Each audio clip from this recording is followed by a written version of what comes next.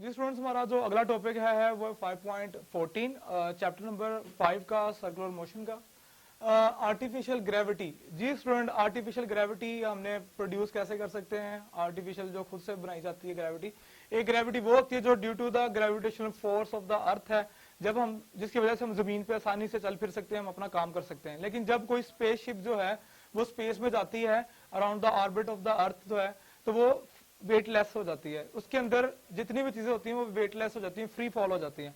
अब कंसीडर करें कि उस स्पेसशिप के अंदर जो है, ये स्पेसशिप डायग्राम के अंदर बनाई गई है, कंसीडर करें कि स्पेसशिप के अंदर जो है वो एस्ट्रोनॉट्स हैं। एस्ट्रोनॉट स्पेस के अंदर गए हैं कोई काम करने के लिए। अब अगर वो फ्री फॉल है तो वो उड़ते फिरेंगे, वेटलेस होंगे, तो उनको उनके लिए काम करना मुश्किल हो जाएगा। अब क्या किया जाता है कि उनको वही ग्रेविटेशनल फोर्स प्रोवाइड करने के लिए, वही ग्रेविटेशनल एक्सेलरेशन प्रोवाइड करने के लिए हमें आर्टिफिशियली ग्रेविटी प्रोड्यूस करना पड़ती है। वो हम कैसे प्रोड्यूस करेंगे? हम इस स्पेसशिप को जो है इसके एक्सेस के अबाउट जो है उतनी ही फ्रीक्वेंसी के साथ, उतनी ही एंगुलर वेलोसिटी के साथ इसको रोटेट कराएंगे कि इसका जो सेंट्रीपिटल एक्सेलरेशन जो है वो इक्वल हो जाए हमारे पास फ्री फॉल एक्सेलरेशन के, यानी कि ग्रेविटेशनल एक्सेलरेशन के इक्वल हो जाए। तब जो है इसके ऊपर फोर्स लगेगी। वो फोर्स इस तरह होगी कि ये जब ये रोटेट करेगा किस एंगुलर वेलोसिटी ओमेगा के साथ, ठीक है, तो फिर जो है ये एक्सेलरेशन प्रोड्यूस करेगा, सेंट्रीपिटल एक्सेलरेशन, क्योंकि इसके अंदर जितना भी क्रू होगा एस्ट्रोनॉट्स का, उनके ऊपर फोर्स लगेगी। वो फोर्स हमारे पास जो है वो ग्रेविटेशनल फोर्स के इक्वल होनी चाहिए। ग्रेविटेशनल फोर्स के इक्वल होने का मतलब ये है कि उसके अंदर ग्रेविटेशनल एक्सेलरेशन प्रोड्यूस होना चाहिए, जो कि प्रोवाइड करेगा वो फोर्स उन्हें जो हम जमीन के ऊपर फील करते हैं, ग्रेविटेशनल फोर्स। तब जो है जो एस्ट्रोनॉट्स होंगे इनके अंदर वो प्रेस हो जाएंगे टूवर्ड्स द आउटर रिम। ये आउटर रिम में इसकी तरफ जो है वो on the outer rim surface जो है, जो एस्ट्रोनॉट्स हैं वो इसकी तरफ प्रेस्ड होंगे, जैसे कि हम प्रेस हो रहे हैं जमीन के ऊपर। तो उन्हें एक फोर्स मिलेगी जिस वजह से जो है वो इजीली जो है वो मूव कर पाएंगे स्पेसशिप के अंदर। तो वो हम जो है निकालने जा रहे हैं उसका डेरिवेशन उसकी, कि वो किस फ्रीक्वेंसी के साथ जो है रोटेट करें, किस एंगुलर फ्रीक्वेंसी के साथ या एंगुलर वेलोसिटी के साथ। वो हमारे पास जो है अगर हम देखें, हमें चाहिए सेंट्रीपिटल एक्सेलरेशन, ठीक है। तो सेंट्रीपिटल एक्सेलरेशन हमारे पास इक्वल होता है, हमें पता है, आर इंटू ओमेगा स्क्वायर की। यहाँ पे आर को हमने रिप्लेस करना है कैपिटल आर के साथ, which is the radius of that spaceship, which is nearly equal to the spaceship orbit radius. ये रेडियस जो है आर, तो ये हो जाएगा हमारे पास आर ओमेगा स्क्वायर। अब स्टूडेंट्स हमारे पास हमें पता है कि इसने जब रोटेट करना है, जब इसके अंदर हमने रोटेशन लेके आनी, तो इसके अंदर कोई एंगुलर वेलोसिटी आएगी। वो एंगुलर वेलोसिटी हमें पता है ओमेगा इक्वल होता है 2 पाई ओवर, यानी कि 2 पाई एफ के इक्वल होता है। तो एफ हमारे पास किसके इक्वल होती है? 1 ओवर, ठीक है। तो यहां पे हमारे पास एंगुलर वेलोसिटी आ जाएगी 2 पाई इंटू 1 ओवर टी। तो स्टूडेंट यहां पे अगर हम वैल्यू पुट करते हैं, ये वाली वैल्यू हमने पुट करनी है यहां पर, तो हमारे पास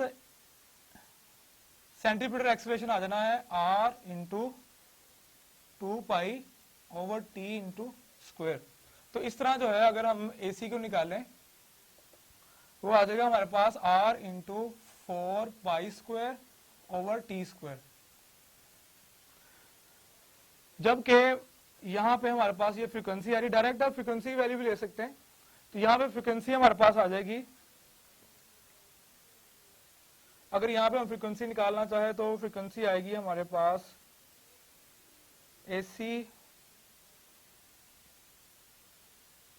या स्टूडेंट्स यहां हम इस तरह कर सकते हैं कि हम यहां से टी की वैल्यू निकाल लें, यानी कि टी की वैल्यू हमारे पास क्या आ जाएगी?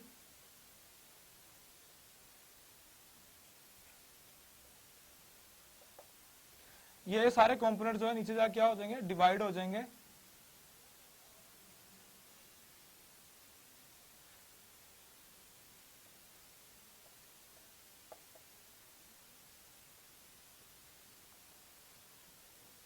तो रिलेशन हमारा जो रिलेशन है कुछ इस तरह बन जाता है। अगर हम इसको लिखें तो ये हमारे पास कुछ इस तरह भी आ सकता है, R into 4 pi T square into F square. तो इसको अगर हम निकालें फ्रीक्वेंसी को, तो फ्रीक्वेंसी हमारे पास आ जाएगी AC over 4 pi square into R के। अगर दोनों तरफ हम स्क्वायर रूट ले लें तो इसका स्क्वायर रूट कैंसिल हो जाएगा, फ्रीक्वेंसी इक्वल आ जाएगी हमारे पास AC जो है सबस्क्रिप्ट के अंदर है इंटू आर के, यानी कि स्टूडेंट्स इस इक्वेशन से हम ये शो कर सकते हैं, इसको अगर हम लिखें तो 4 का स्क्वायर रूट हमारे पास 2 होता है, पाई स्क्वायर रूट से कैंसिल हो जाना और बाकी रिलेशन आ जाना है हमारे पास AC ओवर आर के। तो यहां पे अगर हम AC को रिप्लेस कर दें G के साथ, क्योंकि हमने इतनी फ्रीक्वेंसी से उसे रोटेट करना है, हमारे पास सेंट्रीपिटल एक्सेलरेशन इक्वल हो जाए ग्रेविटेशनल एक्सेलरेशन के इक्वल। तो अगर ये स्पेसशिप इस फ्रीक्वेंसी के साथ अगर रोटेट करती है तो उनको वही फोर्स जो है वो फील होगी जो कि ग्रेविटेशनल फोर्स होती है, और उन्हें वही एक्सेलरेशन प्रोवाइड होगा जो कि ग्रेविटेशनल एक्सेलरेशन होता है। इस तरह जो है वो इजीली जो है इस स्पेसशिप के अंदर क्या कर पाएंगे, मूव कर पाएंगे।